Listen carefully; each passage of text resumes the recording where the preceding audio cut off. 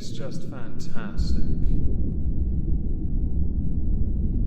Captain's Log, Subdates 220503.1. When a celebrity enters our ISO cubes, we here like to roll out the red carpet by doing a full cavity search in front of all the inmates. If any of them get turned on as a consequence, they then have their eyeballs removed for 28 days, which can be a slight inconvenience if their release date is during that time. Hello everyone and welcome to the Halls of Injustice. Today we're going to be covering somebody who has committed a crime that is vastly different to all the crimes we've covered so far this year. And I'll be honest, this is refreshing by the very standard of all the crimes we've covered so far, so yes, at least one will be monetized. Do me a solid, smash the like, leave a comment, share the video. It really helps. Our newest addition to the ISO cubes is inmates number 126, aka Boris Becker, a very well-known athlete, formerly retired in 1999, who has committed a really stupid crime, all are stupid of course, but this one especially so and a tad cliche for athletes post-career. And he will be with us for a while. I mean, it could be longer. We will have to wait and see. So first we're going to talk about who Boris Becker is, as it does help set up the crimes he committed, because I think we can all agree with what he was charged, guilty, sentenced for, everyone knew it was going to happen eventually. So who is Boris Becker?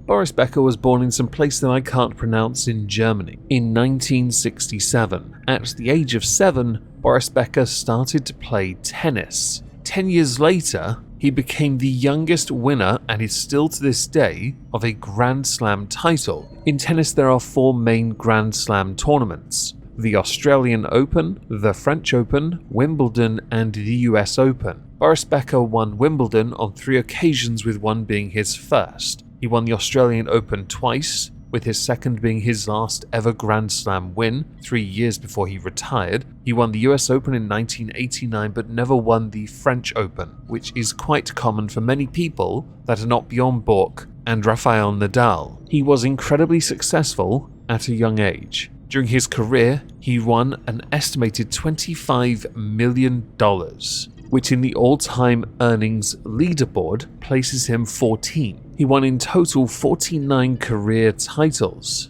and was ranked world number 1, along with winning the Olympic Games doubles tournament in 1992 and the Davis Cup on 2 separate occasions in 1988 and 1989. As a coach, which was later on in his career, he coached Novak Djokovic for 3 years. As a coach, he won 25 singles titles. 6 of those were Grand Slams, with 1 becoming a complete slam, i.e. all 4 Grand Slam titles being won by the player. A career slam, I believe, is the correct term. Something that Boris Becker was notable for during his career was his emotional outbursts on court, which frequently ended with him swearing and smashing his own rackets, which inevitably ended with him getting fined repeatedly. When Boris Becker retired in 1999, he transitioned over to commentary, where he did, I'll be honest, excel. But he did concede. His approach to retirement from the game was a bit tricky because he'd been so successful in his younger years that he was looking for the next big thing in life that wasn't tennis. He was the owner of a tennis racket and clothing manufacturer. He published an autobiography called The Player when translated in 2003. In 2009, he launched Boris Becker TV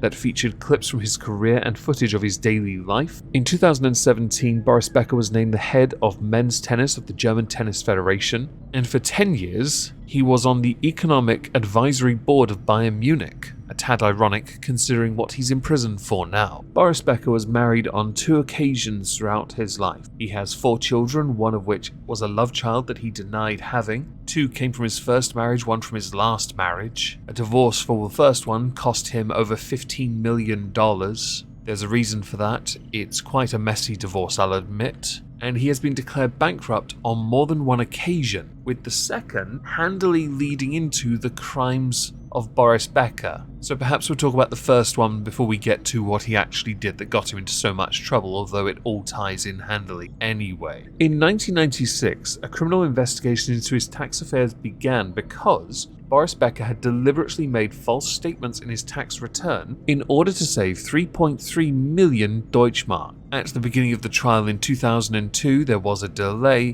Boris admitted that he lived in Munich between 1991 and 1993, although he was officially registered as living in Monaco, a tax haven. At the same time, Boris emphasized that he did not occasionally live in a classic apartment in Munich, but in a Spartan room. He had actually been warned by accountants about buying that apartment, but decided, oh whoa YOLO fam, I'm having it. The court assessed the fact that Becker paid around 3 million euros for the period from 1991 to 95 to settle his tax debt as mitigating the penalty. On the 24th of October 2002, the Munich District Court sentenced him for tax evasion to spend 2 years in prison. The execution of that sentence was suspended. Additionally, he was ordered to pay a fine of 300,000 euros and another 200,000 euros to various charitable institutions. So with all that in mind, we now get to skip ahead to the 21st of June 2017, where we can now discuss the more recent crime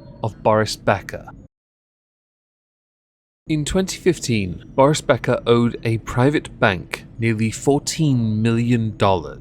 On June 21, 2017, Boris Becker was declared bankrupt by the Bankruptcy and Companies Court in London. That $14 million was not paid in full before an assigned deadline, and it was agreed by most that there was no realistic expectation that it would be paid. Boris Becker had denied that he was broke, or that he owed a former business advisor any money. That same business advisor filed a suit in Switzerland claiming he was owed $41 million.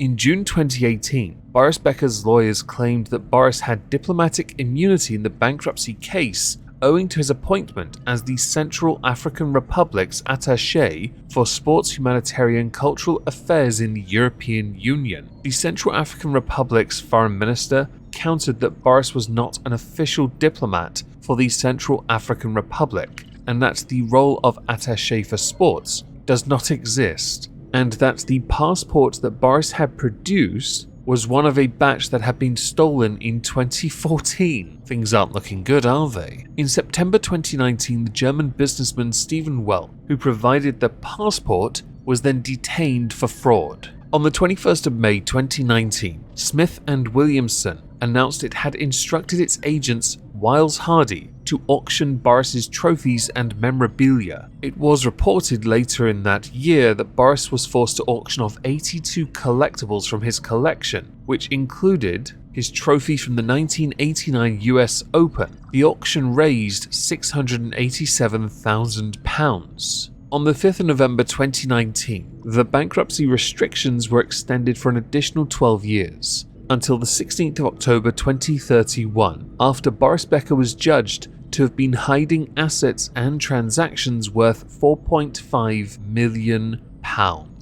With the moving of funds and hiding of transactions, this is where the issue is. Boris had failed to declare that he owned property in Germany, hiding an €825,000 loan along with shares in a tech firm. This all came to light when this all went back to court. Boris Becker attributed his financial problems and the fact he no longer had his $50 million worth of career earnings to being swallowed up in expensive divorces, the harm done to brand Becker because of the bankruptcy, the fact that he had expensive lifestyle commitments that he wasn't willing to change. For example, his house in Wimbledon cost $22,000 a month in rent. You might have looked a tad better had you simply got a house share, or downsized to something more reasonable instead of thinking, but I'm Boris, people will want to flock to me. Boris Becker faced many counts during the trial. 20 of those counts, though, he was acquitted of. That did include him failing to hand over his many awards. So he was acquitted of that, and they focused solely on where the money was going, where he was borrowing it from, and the fact he didn't pay any of it back.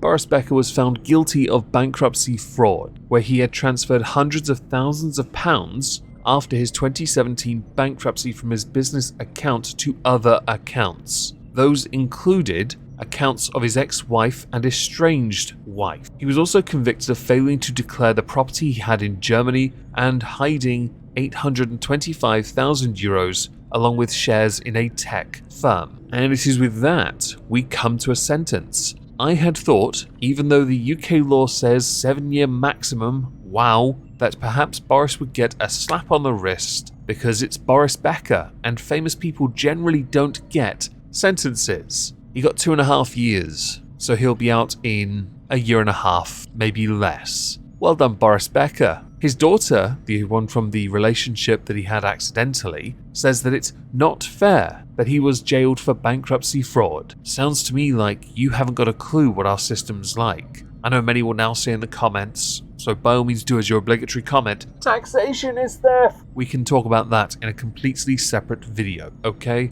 When it comes to abiding the law and implementing the law, Boris Becker was given a light sentence considering the efforts he went to avoid paying his debts. And he lied about it extensively. So do enjoy your time in the ISO cubes, Mr. Becker. Might be a good idea to take the advice of your fellow inmates and dye your hair so you don't stand out as much. Not that you'll listen, you'll more than likely start coaching a tennis team while in there. The rackets don't have strings though because they can't be trusted. Or balls. They also can't be trusted.